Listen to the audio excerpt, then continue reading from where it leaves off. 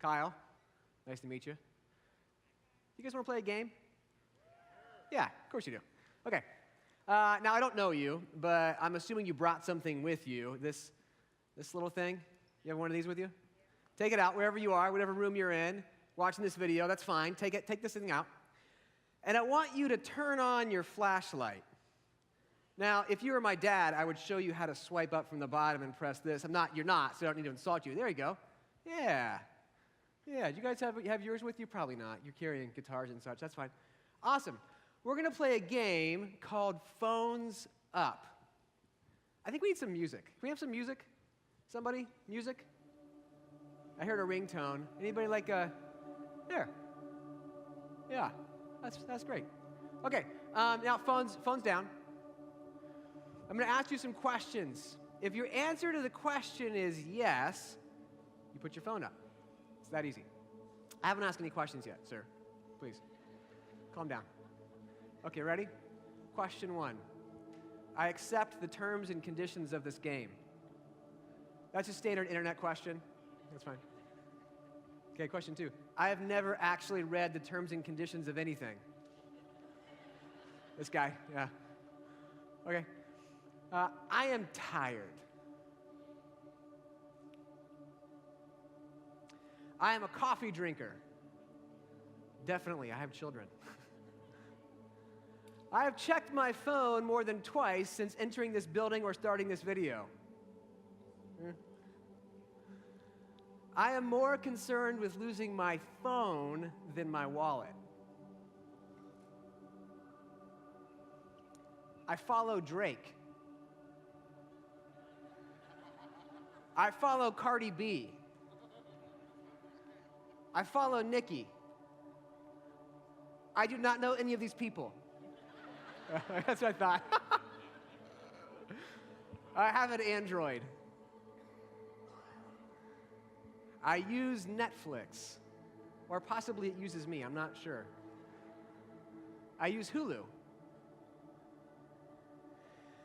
As a parent, I wholeheartedly agree with this statement. Kids' screen time is babysitting. Definitely. I recently unfriended someone. They can't see you, it's okay. I've used my phone to actually make a phone call in the last 24 hours.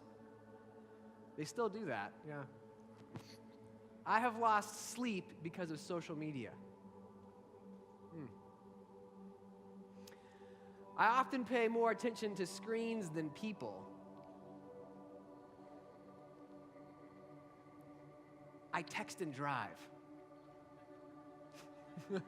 Right? Woo. Are we recording this? I don't know if we're recording this. There were several times this week that I felt alone.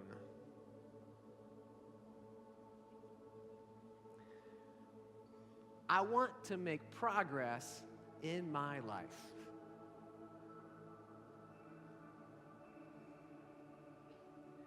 I've checked my phone since this thing started. How about this? I want to hear from God today. Yeah. Well, hey, you're in the right spot. You can go ahead and turn off your flashlight. If you don't, it will absolutely burn your battery out. So please, just flashlight off and you can put it away again. Well, hey, you are in the right spot. Absolute right spot. Because today at Crossroads in this series that we're about to start, this is about helping you make progress in connecting to God more and fuller and deeper ways. I don't know who you are. I don't know what you believe right now about God, but no matter what, I want to invite you to stand with us. Stand with us. If you're watching this online somewhere, I want to encourage you to turn up the volumes. We're about to do something that people have been doing for thousands of years called worship. It's a chance to connect with God, to say words to Him and try to feel something back. So if you've never done this before, if you've never sung, I want to encourage you, sing along with these words, take advantage of this, and you will hear from God today. We're so pumped you're with us.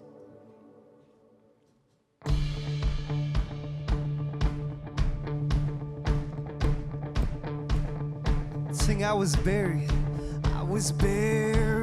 beneath my shame. Who could carry that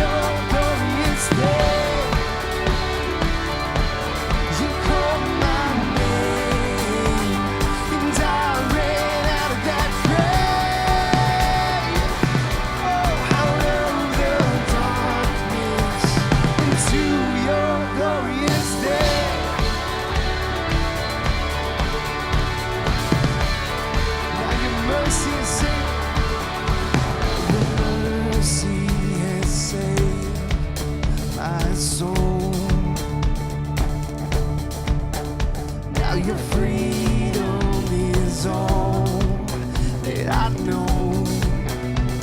Oh, the old me knew Jesus when I met you. And you called my name, you called my name, and I ran out of that grave, out of the darkness, into your glorious day. You called my name, and I ran out of that grave, out of the darkness, into your glorious day.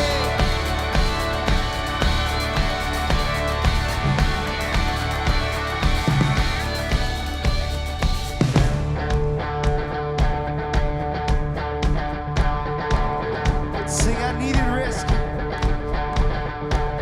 I needed rescue. My sin was heavy. My chains break at the weight of your glory. I needed shelter. I was an orphan. Now you call me a citizen of heaven. When I was broken, you were my healer. Now your love is the air that I'm breathing. I have a future. My eyes are open. 'Cause when you call my name, say it. I ran out of that grave, out of the darkness, into your glorious day. You called my name, and I ran out of that grave, out of the darkness, into your glorious day.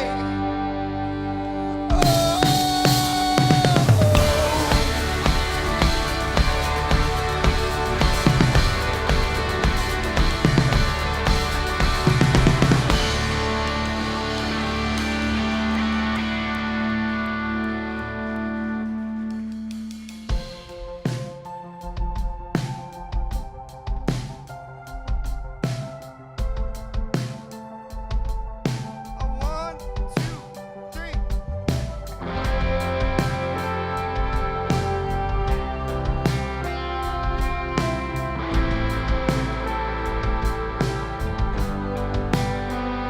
Before I call, before I ever cry, you answer me from where the thunder hides. I can't outrun this heart I'm tethered to. With every step, I collide with you. Like a tidal wave, crashing over me, rushing in to meet me here. Your love is fierce, like a hurricane that I can't escape, tearing through the atmosphere. Your love is fierce, you cannot fail. The only thing I found is through it all, you never let me down. You don't hold back, relentless in pursuit. At every turn, I come face to face with you. Oh, like a tidal wave, crashing over me, rushing in to meet me here. Your love is fierce, like a hurricane that I can't escape, tearing through the atmosphere. Your love is fierce. Your love is fierce. Let's sing, you chase me down. You chase me down. You seek me out. How could I be lost when you have called me found? You chase me down. You seek me out. could I be lost when you have called me found? You chase me down, you seek me out. How could I be lost when you have called me found? Oh, like a tidal wave crashing over me, rushing in to meet me here. Your love is fierce, like a hurricane that I can't escape, tearing through the atmosphere. Your love is fierce. Your love is fierce. Your love is fierce. Your love is fierce. Your love is fierce.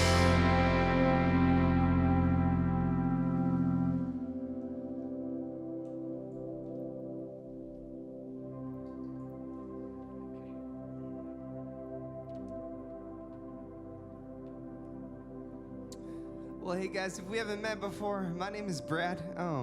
And don't mind me, I'm just gonna take my time switching my guitars. Thanks for being patient with me. So we sing these songs about God's character, and sometimes that we're just plainly stating His goodness. And then, like the last song we just sang, we're singing about this relentless pursuit, this thing that God does, where He accommodates to us. He chases us down, and all with the motivation of this fierce love that I believe more and more every day is the fact that He's chasing me. And we're about to learn a new song together right now.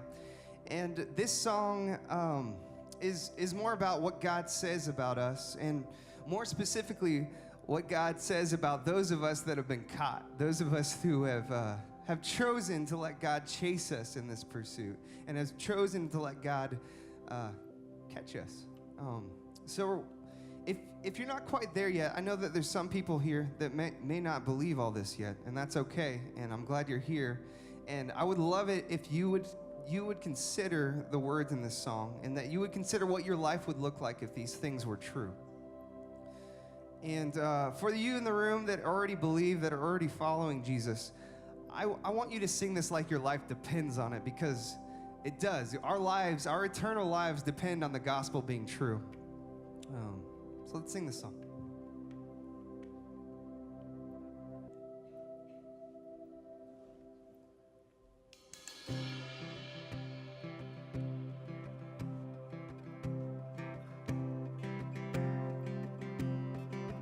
Who am I that the highest King would welcome me?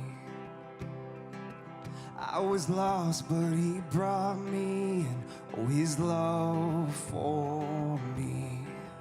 Oh, His love for me.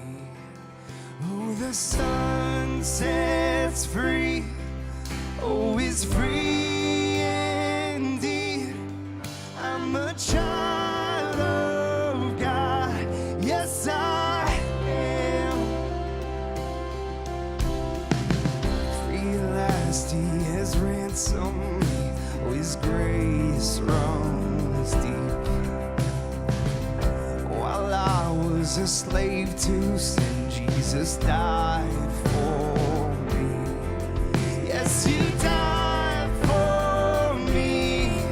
Who the Son sets free, oh, is free indeed. I'm a child of God. Yes, I am.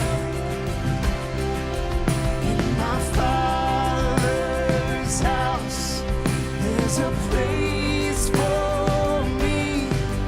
I'm a child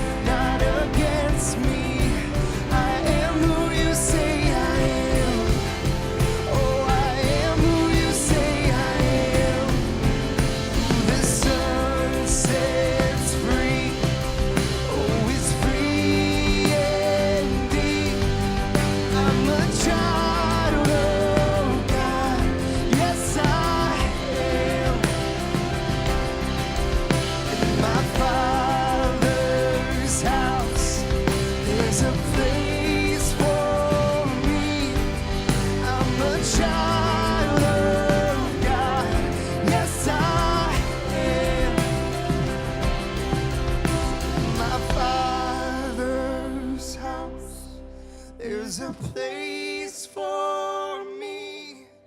I'm a child of God. Yes, I am.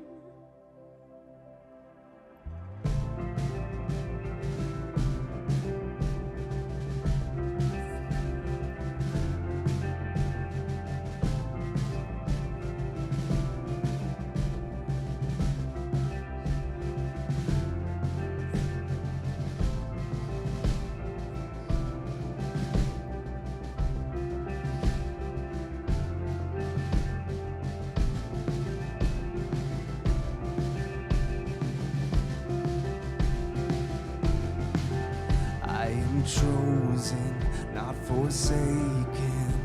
I am who you say I am. You are for me, not against me. I am who you say I am. I am chosen, not forsaken. I am who you say I am. You are for me, not against me. I am who you say I am. I am chosen, not forsaken. I am who you say I am. You are for me, not against me. I am who you say I am. I am chosen, not forsaken. I am who you say I am. You are for me, not against me. I am who you say I am. Oh, I am who you say I am. Yes, I am who you say I am. Who the sun sets free, oh, is free indeed. I'm a child of God. Yes, I am. In my Father's house, there's a place for me. I'm a child of God. Yes, I am. Sets free, oh, is free indeed. I'm a child of God. Yes, I am. In my Father's house, there's a place for me. I'm a child of God. Yes, I am.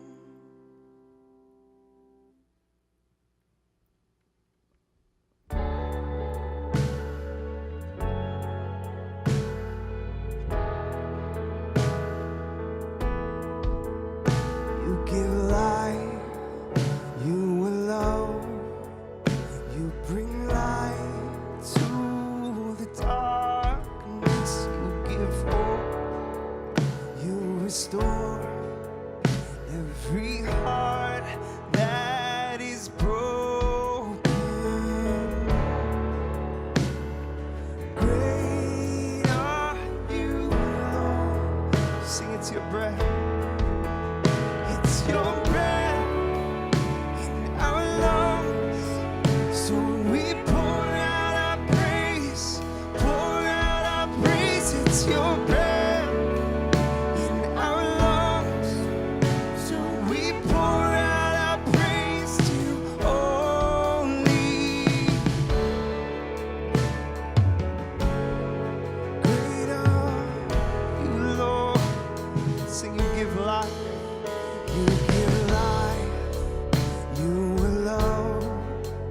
You bring light to the darkness. You give hope, you restore every heart that is broken. Great are you, Lord. It's your breath. It's your breath in our lungs. So we pour out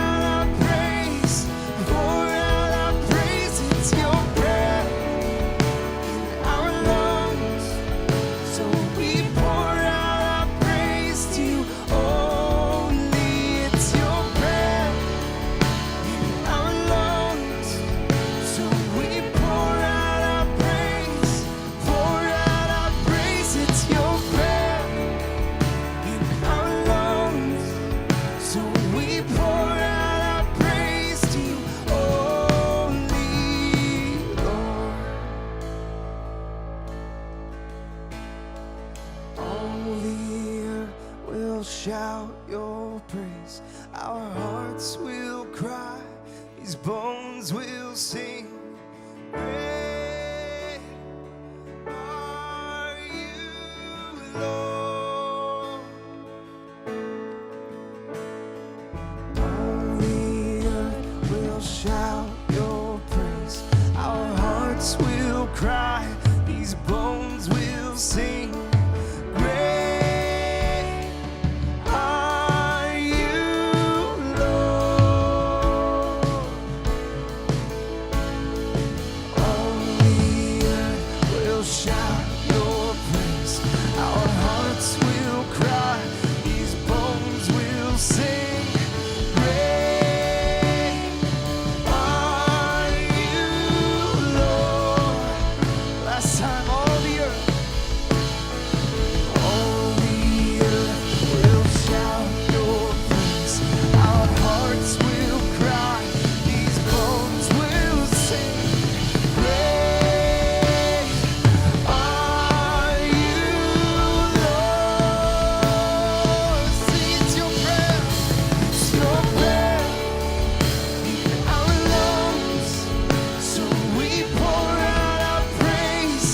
Pour out our praise. It's your breath in our lungs. So we pour out our praise to you only. It's your breath in our lungs. So we pour out our praise. Pour out our praise. It's your breath in our lungs. So we pour out our praise to you only, Lord. Great are you, Lord.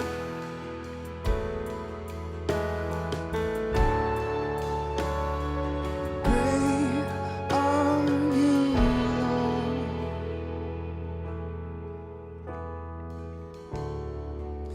God, I thank you for the truths and the songs that we just sang together. I thank you for the fact that you are an accommodating, relational God who wants nothing more than to meet us where we're at and to make us more like you, which is pure, which is good, which is lovely, which is admirable. God, thank you, and it's in your Son's name, Jesus, that we pray. Amen. Well, guys, thank you so much for worshiping, for singing along with us this morning. Before you have a seat, I want you to turn to your neighbor and just real quick say whether or not you use an iPhone or an Android or Google Pixel, whatever.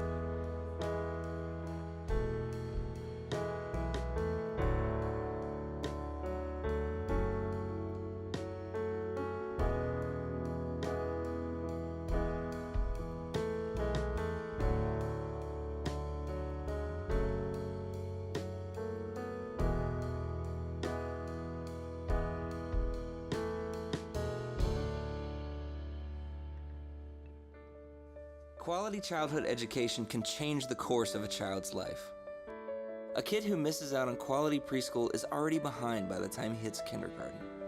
Without help, that gap widens and it's nearly impossible to catch up. If a child can't read by the end of 3rd grade, he's 4 times more likely to drop out of school. And in areas of concentrated poverty, that kid is 17 times more likely to drop out. Children who beat these odds almost always succeed because of a relationship, because of someone who believes in them.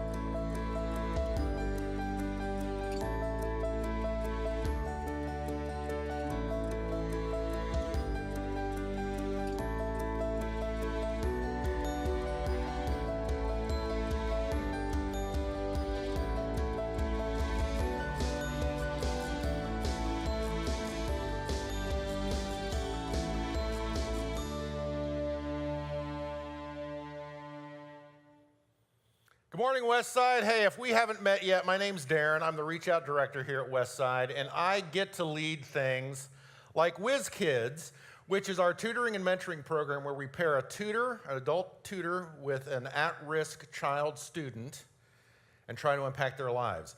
Those statistics in there are pretty sobering. The one that was really a wake-up call to me was that third grade reading level proficiency and how it can impact, positively or negatively, a student's educational life and their life in general. So we tried to turn the tide on that. We, through our Whiz Kids program and that pairing of tutor to student, try to impact those that reading level and really make sure that those kids in second, third, and even fourth grade have a chance at staying in school. So we, during the school year, from October through April, do this thing here at Westside called Whiz Kids.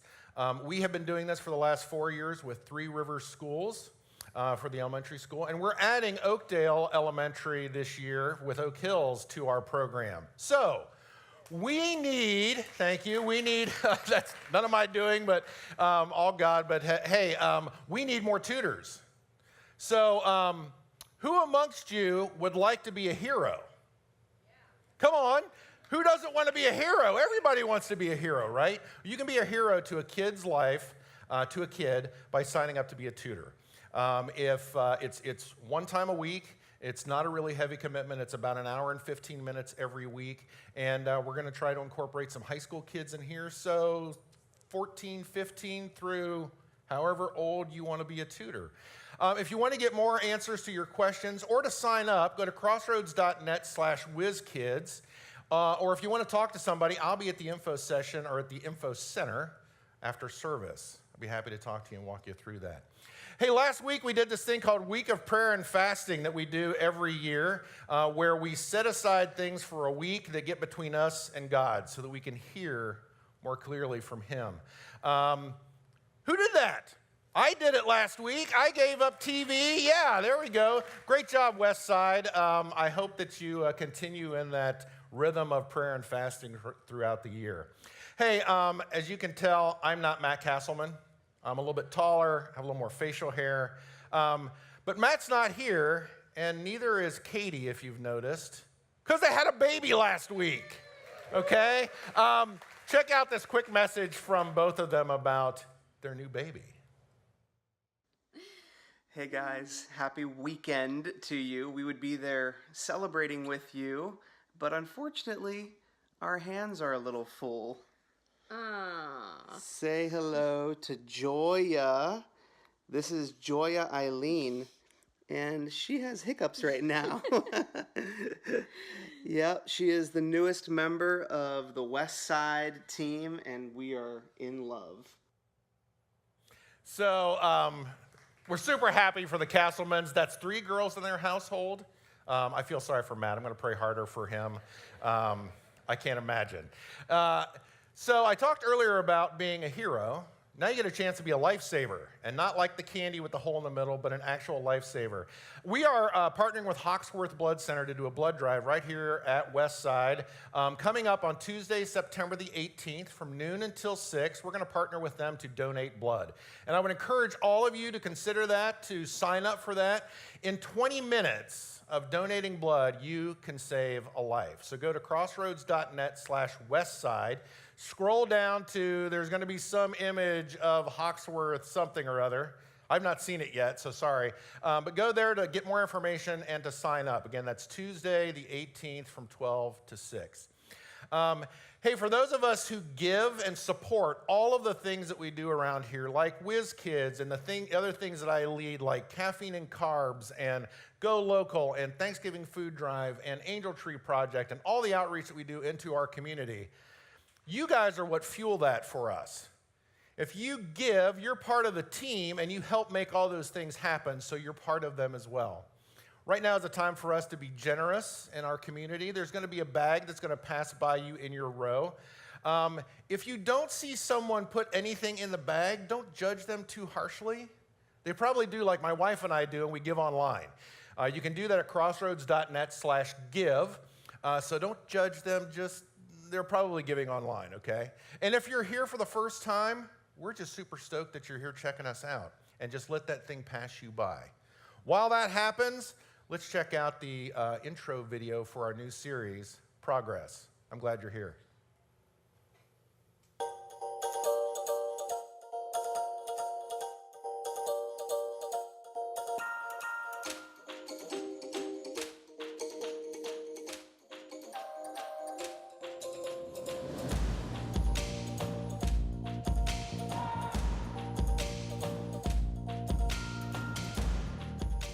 Technology says this is progress. Sure doesn't feel like it sometimes. But what if technology could be used to restore, to bring life, to even show us more of God? Come find that progress. Hey, Mom. How's it going? Sorry I missed your call earlier.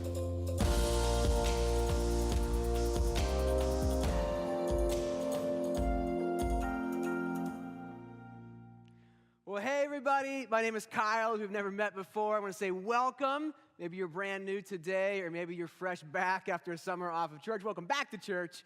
Or maybe you're at one of our college locations. What's up, Oxford, Uptown? Oh, and hey, by the way, you might not know this, but we just launched a brand new Crossroads community on the campus of the University of Kentucky in downtown Lex. So what's up, Big Blue? Big welcome to you guys.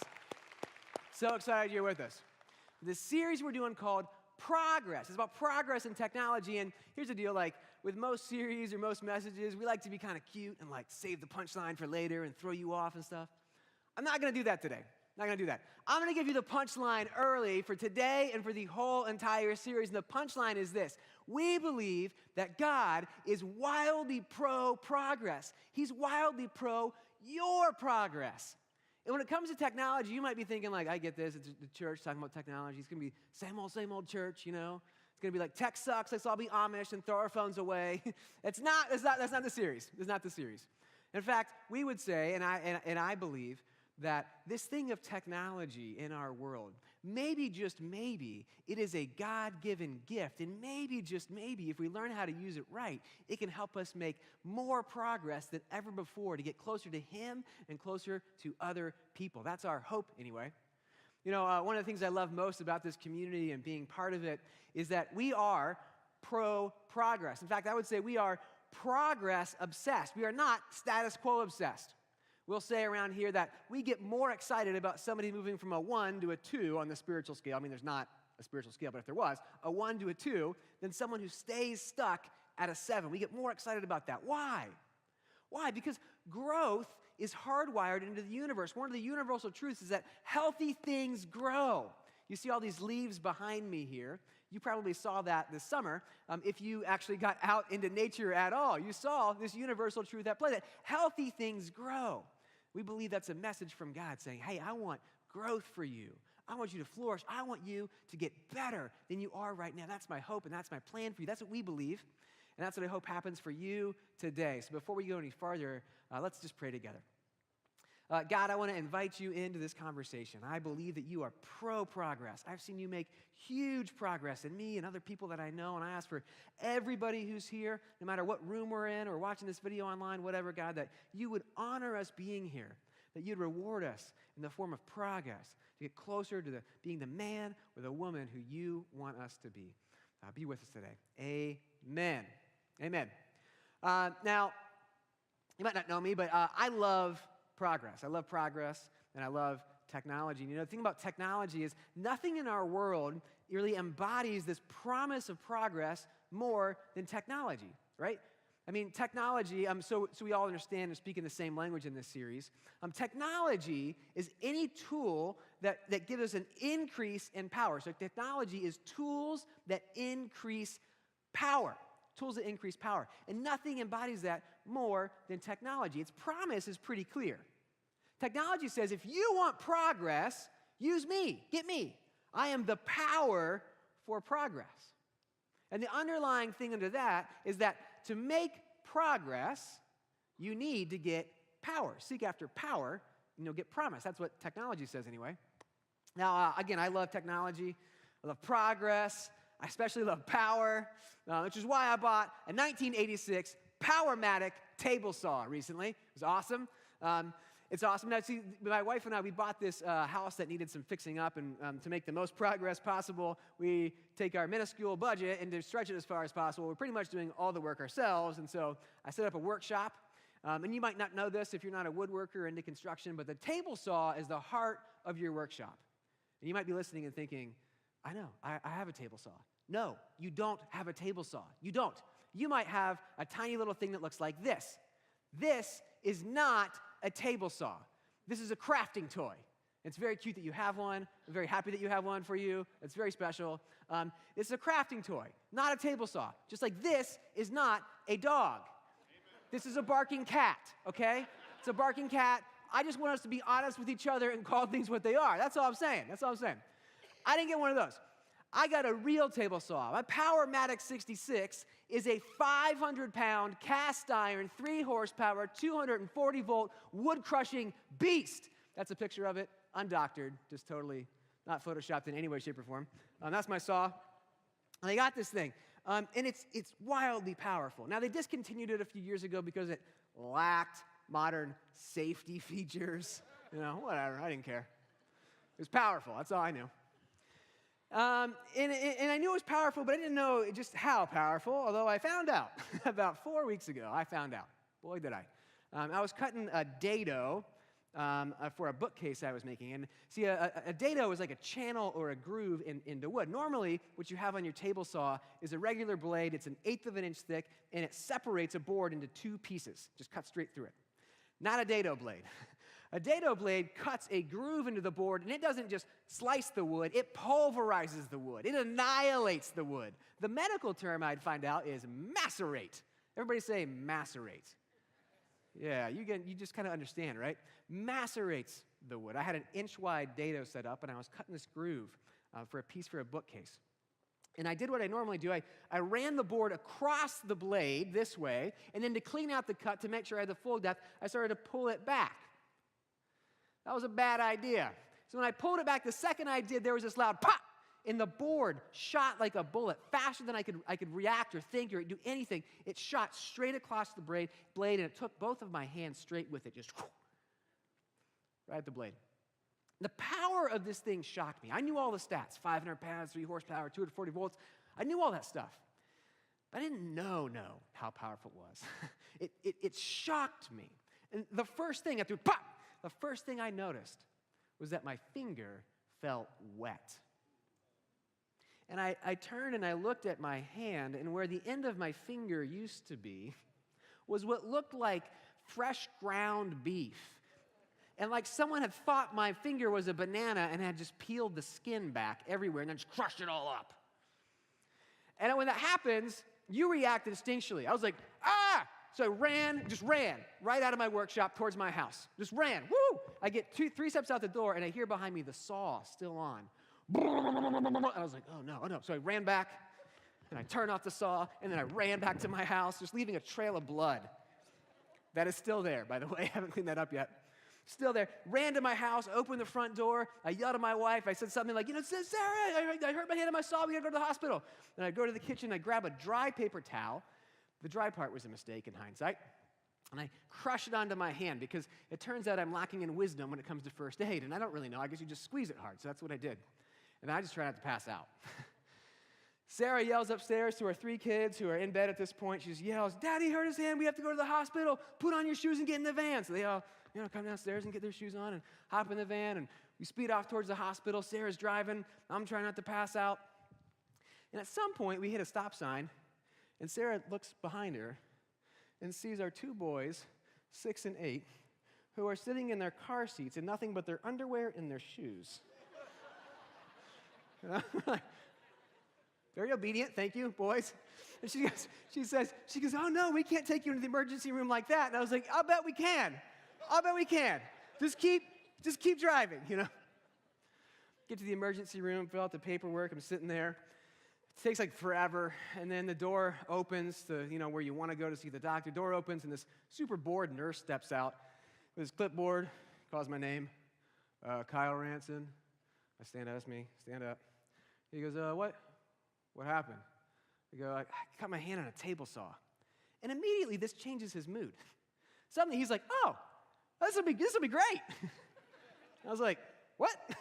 That's not helpful. Nurse guy, that was not helpful. Don't say that anymore. It was not helpful.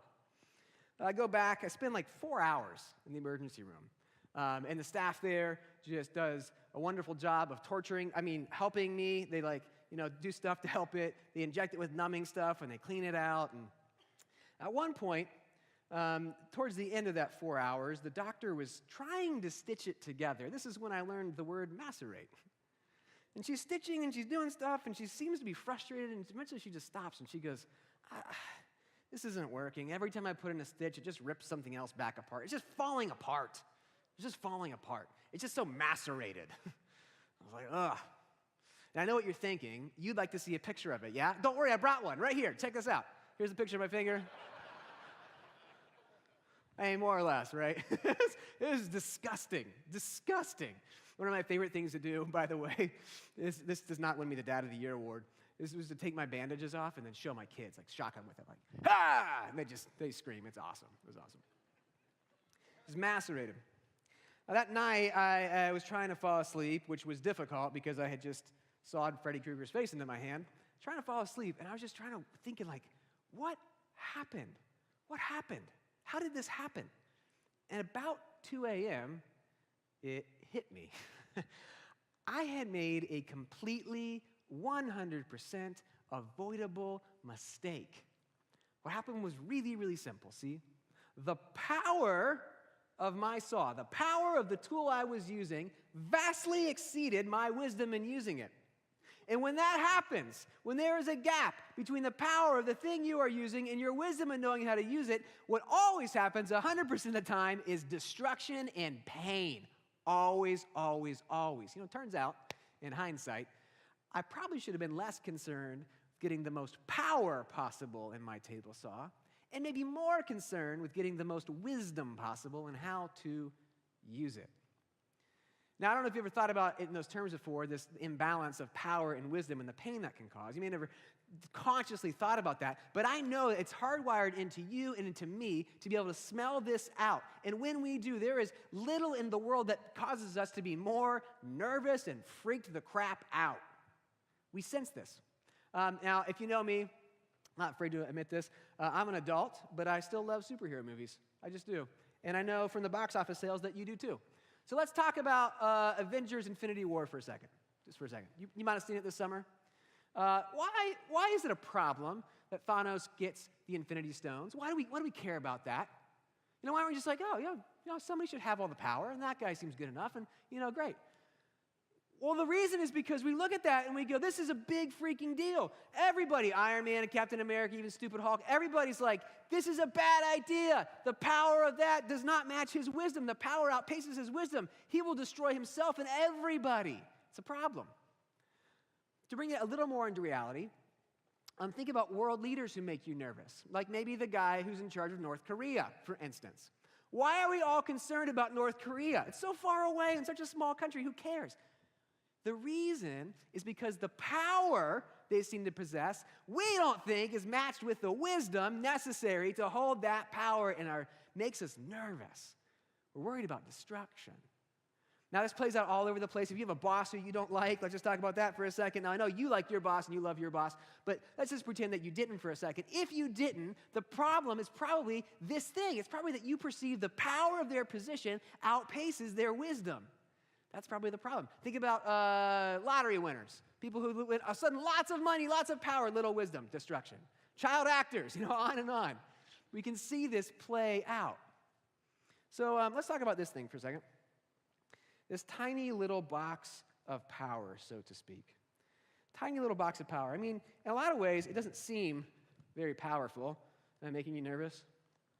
How is it that we can put a man on the moon but not make a phone screen that breaks the second you drop it? Like, how is it? I don't know. Let's talk about laws for a second with this tiny box of power.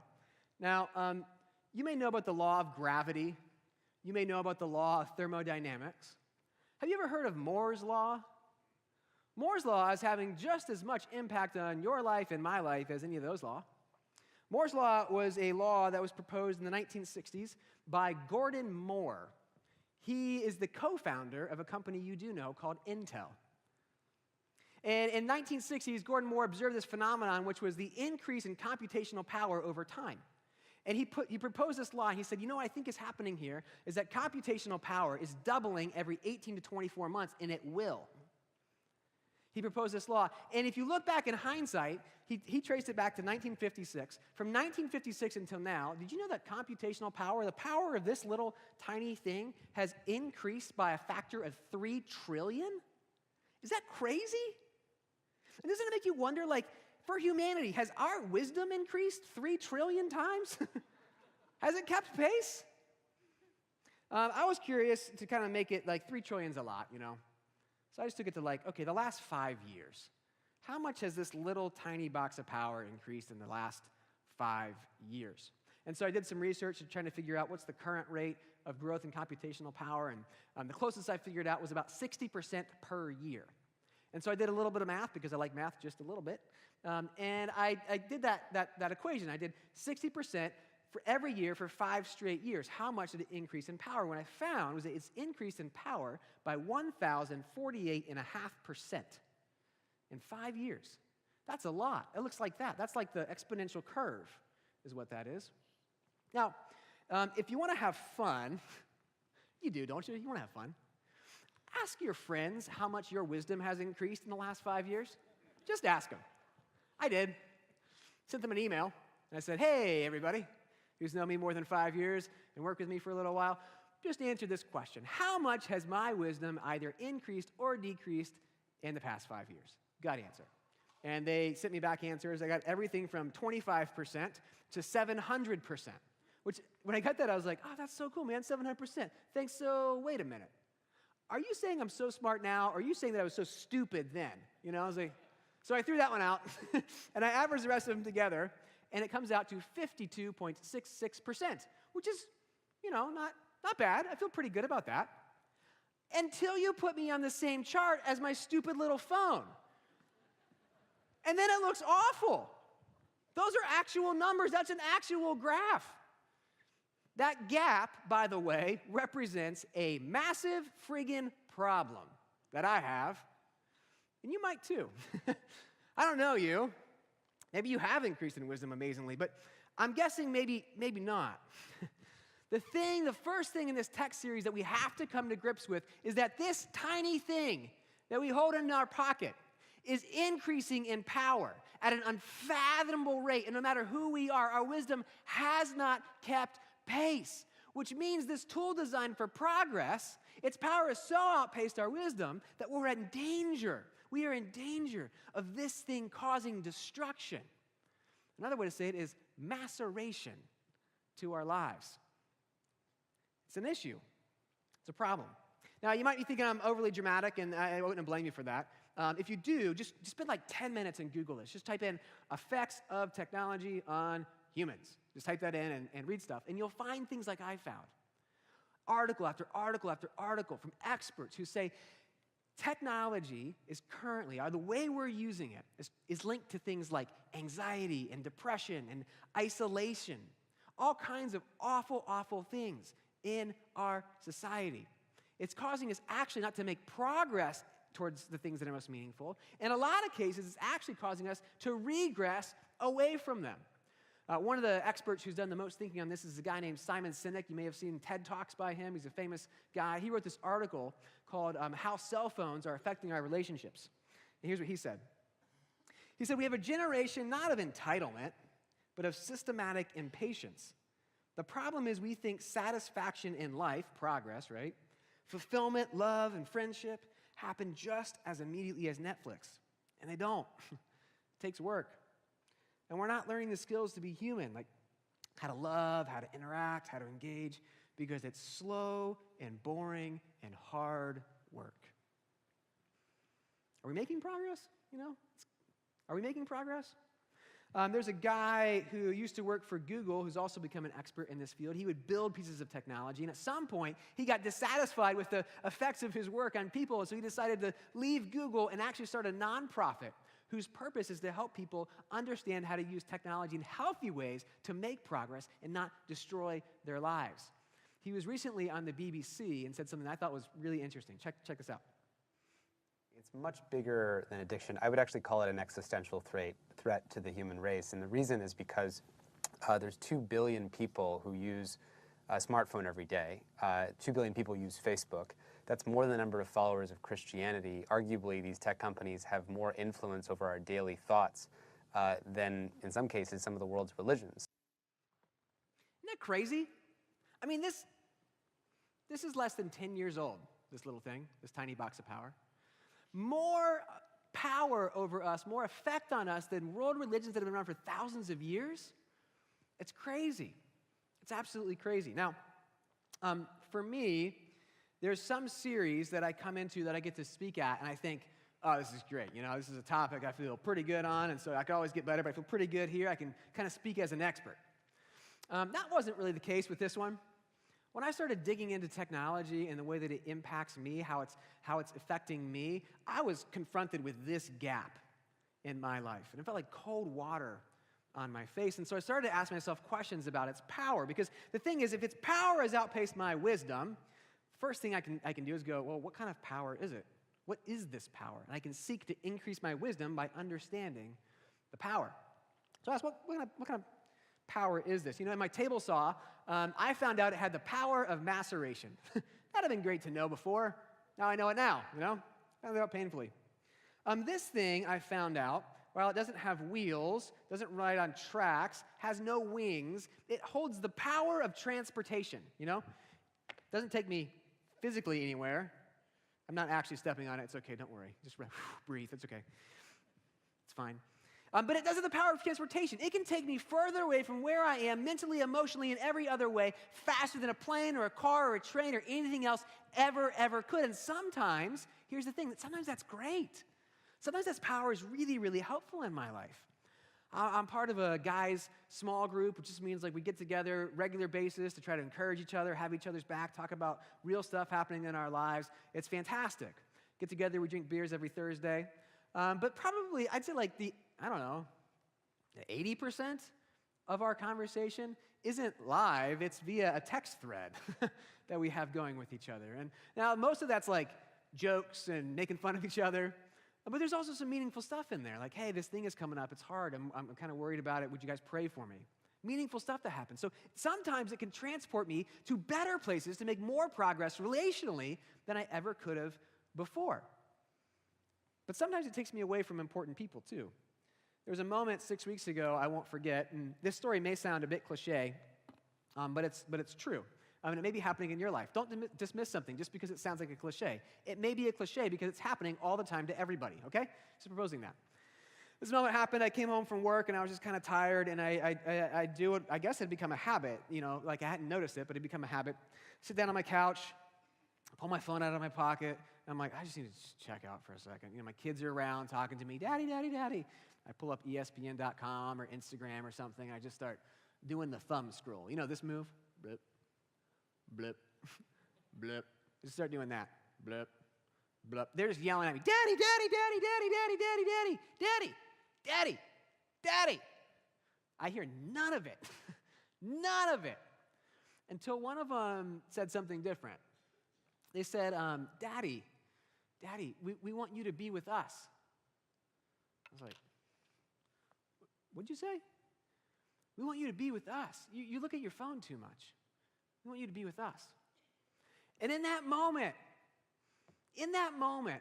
I understood the power of transportation for good, but also sometimes for bad. See, my kids didn't understand. When I got on my phone, I come home from work and I sat down, they don't understand, oh, Daddy probably had a hard day and he just needs a quick mental break. I'll bet he'll play with us tomorrow. They don't understand that. They don't understand, by the way, they don't think, oh, you know what? I'll bet there's something really important happening in world news and Daddy just needs to check on it to make sure it doesn't affect our family tonight. Thank you, Daddy. Thank you for protecting us. They don't think that. And they don't think, oh, Daddy's probably dealing with a quick little work issue and he works hard for us to provide for our family and get us clothes and food and pay the mortgage and such. Thank you, Daddy. We're so happy. No. All they know is Daddy doesn't want to be with us right now. It sucks. It sucks. We have to examine the power that this thing holds in our lives. Because here's the thing. You and I, when it comes to power, we buy the line that technology sells us, which is power comes through increasing your progress. But that's not what God says. Again, God is wildly pro your progress. I believe God's wildly pro technology. But God says true progress happens when we stop obsessing over increasing our power and start obsessing over increasing our wisdom. We start increasing over our wisdom. Now, there's a verse in the Bible that spells this out clear. This is Proverbs 4. Proverbs 4, 7 through 9. It says, wisdom is the principal thing, not power. Wisdom is the principal thing. Therefore, get wisdom. And in all you're getting, get understanding. Exalt her, and she will promote you. She will bring you honor when you embrace her. She will place on your head an ornament of grace, a crown of glory she will deliver to you. That sounds like progress, right? Sounds like progress. But we keep falling for this lie that it's going to come through more power. Remember, my wife and I, we got a new phone plan a few months ago. And we go to the AT&T store and we're picking out plans, and they have two plans, two options. They have unlimited and unlimited plus. Just chew on that for a second. Do you know what unlimited means? It means there should be no such thing as unlimited plus. It's like, no, you don't have unlimited plus. You have limited and less limited. That's what you have. Also, we'll take the unlimited plus. Absolutely. Definitely, we'll take that one. That sounds great. We're suckers for it. But it doesn't help us. It's not helping us. Increased wisdom. That's what will get us to a new place. That's what God says over and over and over again. Now, I've read through the whole Bible. You may not have done that, and so I'm just going to tell you, there are no cell phone stories in the Bible. Zero. It's super weird, I know, but there's zero. No stories about this tiny little box of power. But there is this weird story about a slightly bigger box of power, like a weird object. And I've wondered sometimes, why is this weird object in the Bible? And now I kind of think maybe it's for today, actually, to help us understand this little box of power. Maybe that's why there was this old box of power. It's called the Ark of the Covenant.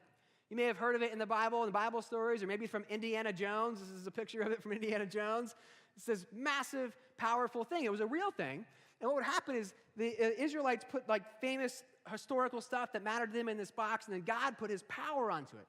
And they would carry it into war, and it acted as this powerful, powerful weapon.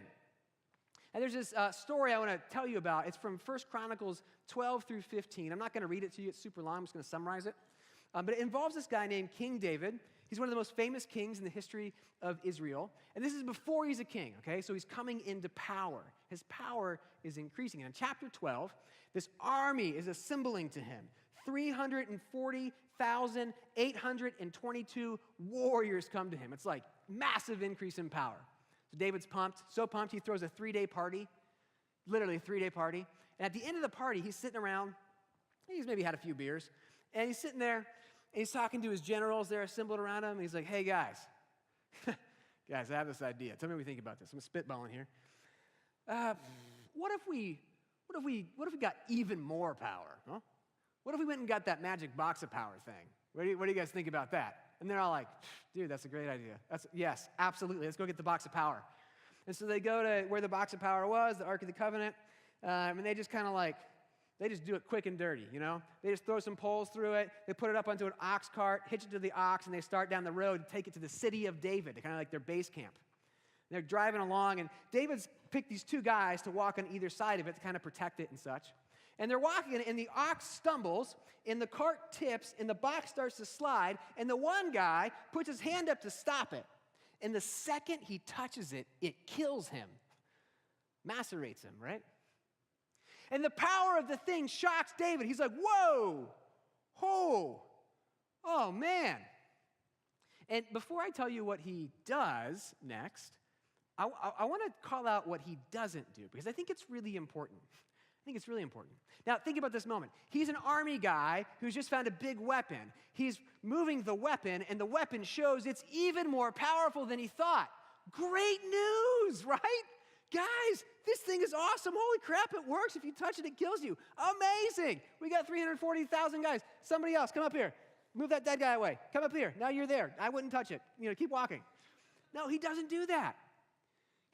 Instead, he makes this incredible move. He goes, I don't know how to handle that thing. And so he literally takes it to a buddy's house and leaves it there for 3 months. I don't know how that conversation went. Is this thing safe? Yeah. Maybe don't touch it, Put a blanket over it. I'm not sure. He creates distance between himself and the magic box of power. He goes, I don't know how to handle this, and he puts it over there. And in the next chapter, you see David doing something very interesting. Rather than searching for power, he starts to search for God's wisdom. In war, what does God have to do with war? God's all lovey and stuff, right? What does he have to do with war? God starts to talk to him about war, about battles. The first time David is talking to God, and God says, hey, I want you to fight this battle. And David goes, okay, I'm going to trust your wisdom. He goes, he fights the battle, they win. The next time, God gives him even more wisdom, and David seeks wisdom even more, to this point of specific battle plans. He's like, I want you to go around this way, fake this way, and then attack from the mulberry trees, is what it says. And David does, and they win. He's following and leaning into God's wisdom, not worrying about power. It's this gap starts to close. His wisdom increases.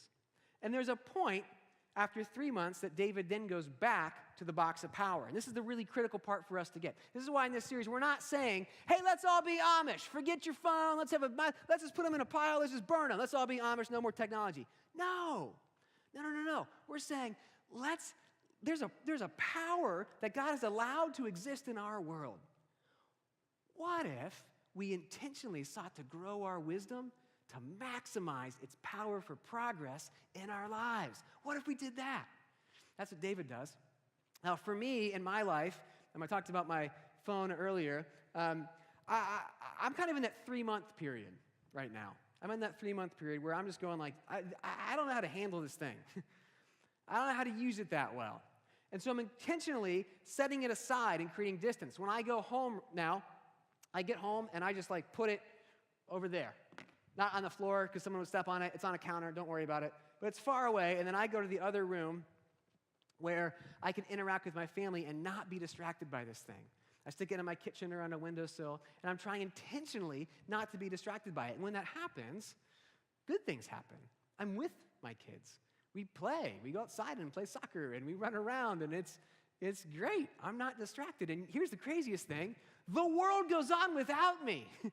Oh my gosh, no one needed me. It's fine. It's totally fine. If you text me sometimes I don't answer. That might be why. It's okay. Don't worry about it.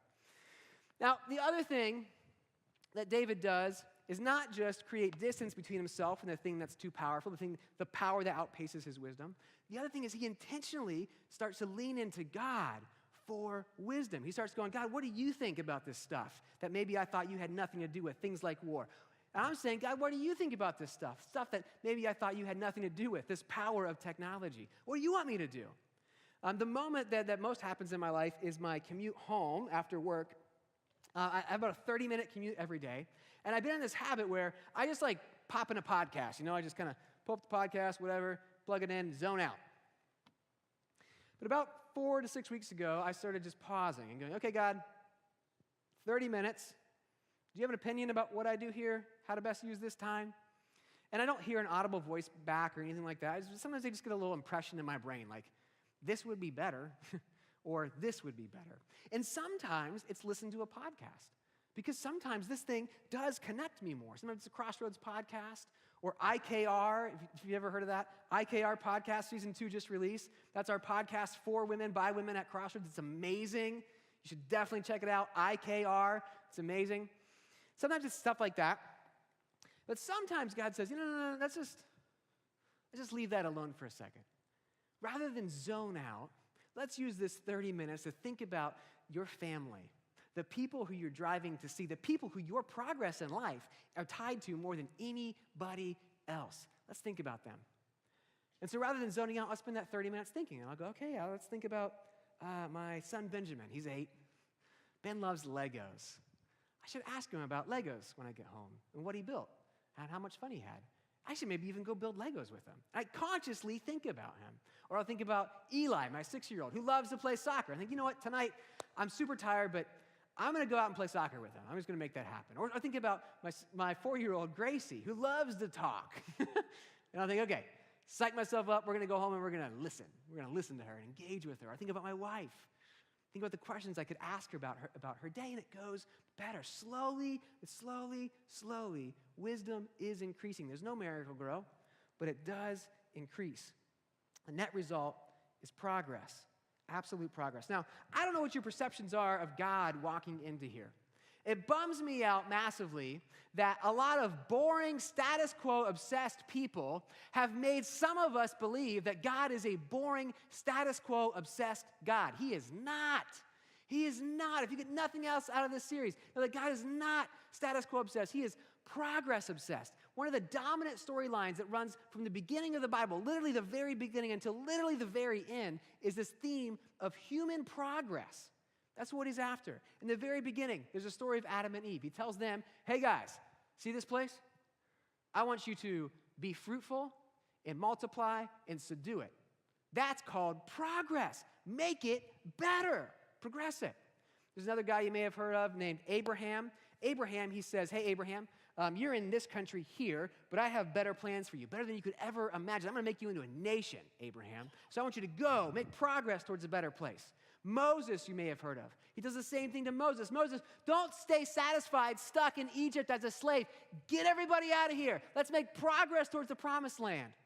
It's the same thing to a guy named Joshua. Joshua, go, cross the river, go to the promised land. Let's go, let's make progress. And then there's Jesus. Then there's Jesus. You may have walked in here, you've heard that name, you know nothing else about Jesus other than his name. People like to put it on signs at football games and hold it up. Jesus, right? Street corners, Jesus. Let me tell you about Jesus. Jesus is proof that God is obsessed with your progress. So obsessed, he sent his son, Jesus, to die for you, to rescue you, to get you unstuck from wherever you are. Why? Why? So you don't macerate your life. He sent his son. He macerated his son so that you don't have to do that with your life.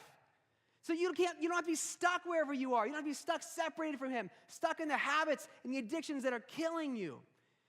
He wants your progress. It's great news. That's great, great news. Wherever you are, you don't have to stay stuck. God wants progress for you. And I believe that for you. If you lean into God, you'll get his progress.